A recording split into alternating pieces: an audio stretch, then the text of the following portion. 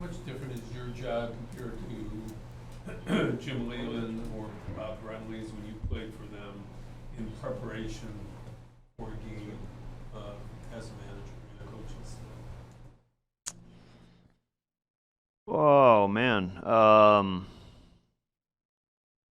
I mean, a lot of it's the same. I think there's more people involved is probably the biggest difference, and more people has led to more information. But I think at the heart of it, a lot of it's pretty much the same, and that it's a job with your players. It's a people job with your players.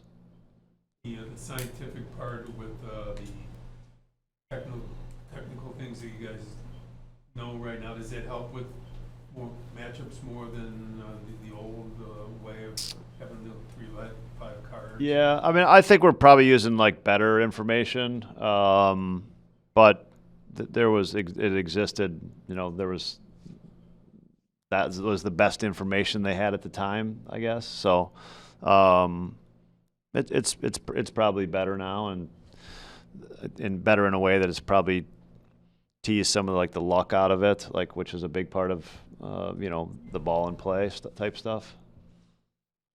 I know you talked about it a little bit last night, but what has Conforto meant to this group overall, from the pinch hits to some of the clutch hits and everything provided this group? Yeah, I mean, I think Michael's, we've talked about this before, but I thought he just came into the season like in a really good place, and this in terms of like.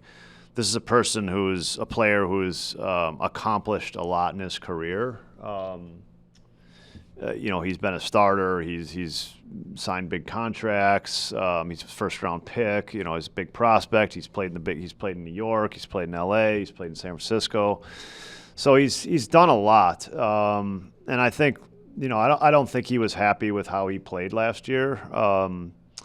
And that there was. I'm not sure, but he's the best way to describe him is he's confident yet very humble, and I think that allows him to be good at the job that he's currently in. So he's not wondering why he's not playing. He's just getting ready for the next time he's going to play or going to contribute, and I think that's and then no matter what happens in that at bat or in that game that he played.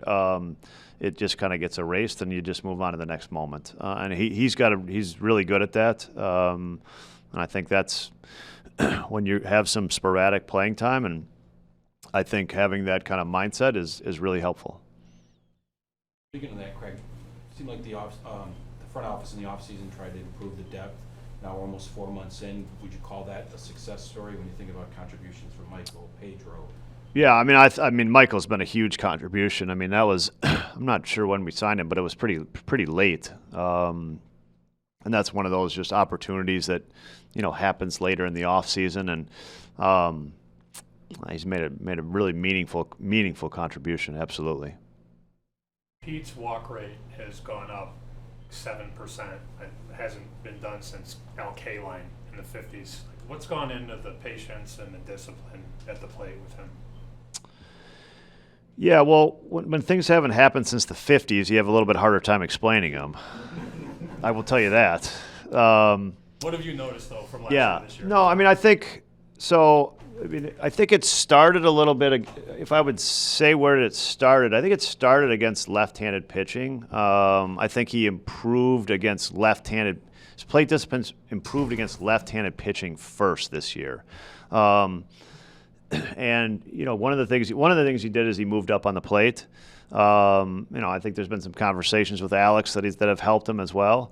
But if you think about moving up on the plate, it's like, and I kind of equate that to like how Anthony Rizzo. If you're Anthony Rizzo at one point in his career moved up on the plate, and then for most of his career he was just right on top of the plate against left-handed pitching, especially. So it helped him, I think, better define the strike zone. And so we saw the improvement against left-handed pitching first. But the rate at which it's improved and the how fast it's improved, like I don't have any comparisons to it. I don't have a great explanation for it. It's just I think it's a great athlete coming into his own as a great player. How much does eyesight and reflexes go hand in hand when you see an athlete like him? Yeah, I mean, I don't know how that coincides, because obviously there's guys with great hand-eye coordination that aren't that strike out or aren't great with their zone decisions. So it's usually a skill that, well, it's been a skill that you kind of evaluate over time, and you see it being good over time, and that's what's kind of so remarkable and such an outlier about what Pete's doing. But what about the commitment to it, though? Also, just deciding I'm not gonna. Well, there's a lot of things I'd like to commit to that aren't going to make me better.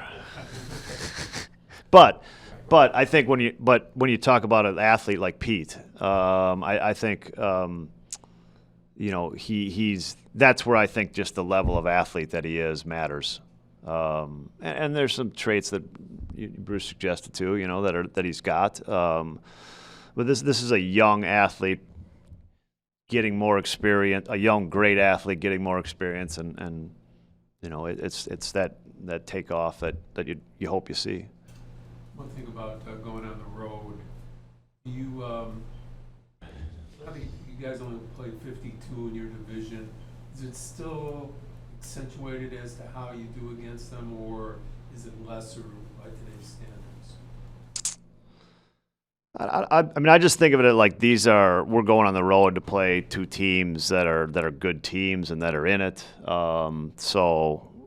These are big games from that perspective. I don't think about it as much from the division perspective, but I just think these are just two good teams that we're going to play, and these are you're getting to the point where these are big series. That being said, when you came back from the break, you said we have some work to do, obviously, in the division. How do you feel like the team has responded during this homestand? I mean, I don't know, we're 3-2. I mean, we've had, I'll feel better today. 3-3 is 4-2, yeah. With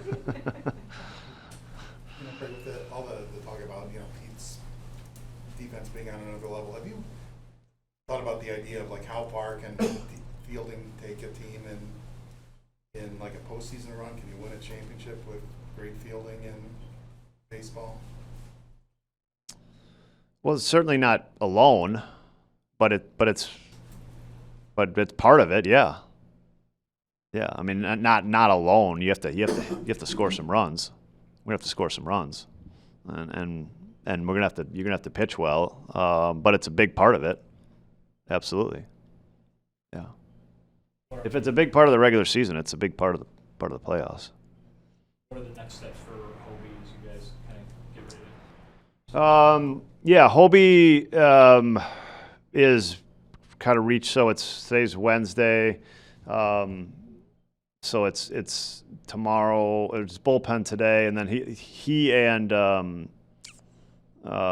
Cabrera have lives on Sunday with probably at an affiliate. Yeah. And you've talked about Ben Brown before, but he's been out there a bunch. Where is he at now? Yeah, he's just he's playing catch, kind of alternating between baseballs and the plyo balls, and we're still at the stage where we want to have good days, no symptoms. That's the most important thing right now. We're getting close to getting out of that phase, but that's the phase we're still in right now.